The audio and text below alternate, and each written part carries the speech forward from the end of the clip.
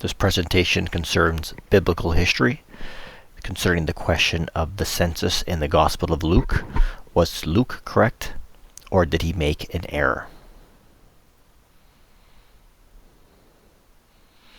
So what does Luke say?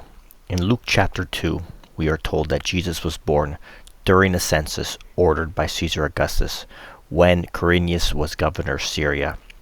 According to Luke, the census required Joseph and Mary to travel from Nazareth to Bethlehem, which sets the stage for Jesus' birth in the city of David. The problem arises when we compare Luke's account with other historical sources.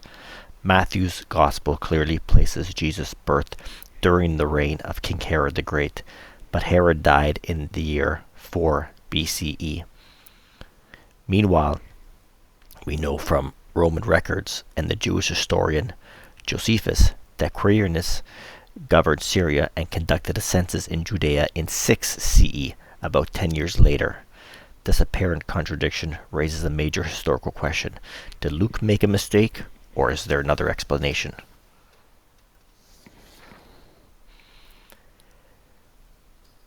Most modern historians and biblical scholars argue that Luke made an historical error.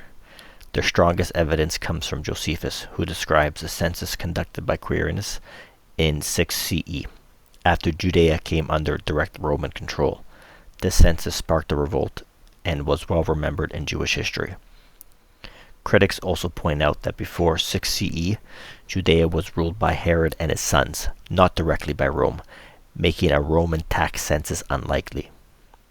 In addition, there's no surviving evidence for a single empire-wide census under Augustus that required people to return to ancestral towns. From this perspective, Luke may have unintentionally blended historical events or relied on imperfect traditions while trying to explain why Jesus was born in Bethlehem.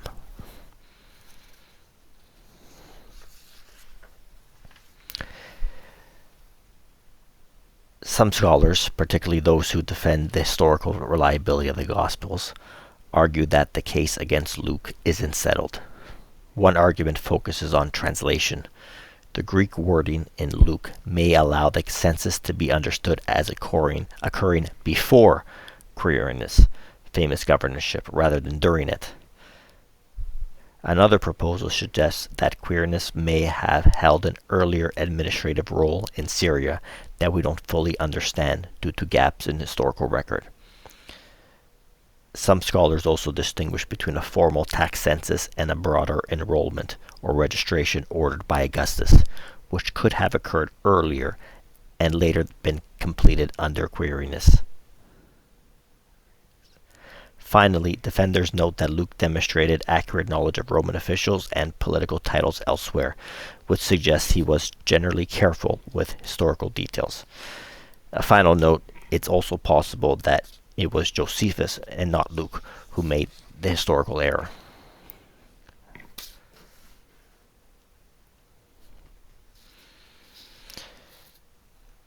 This debate is important for more than just dating Jesus' birth, but for historians, it highlights the challenges of reconstructing ancient history from limited and sometimes conflicting sources. For Christians, this issue often touches on larger questions about biblical reliability and how Scripture should be interpreted. Some believers see this as a minor historical difficulty that doesn't affect the core message of the gospel. Others argue that Luke may have been theologically accurate, even if historically imprecise by modern standards. Today, most scholars believe that Luke likely made an error, while others maintain that possible explanations still exist. In the end, the census of Luke remains one of the most discussed and debated historical questions in the study of the gospel. If you're interested in debating this discussion with me, you could contact me through email or through my website, www.debatechristianity.com.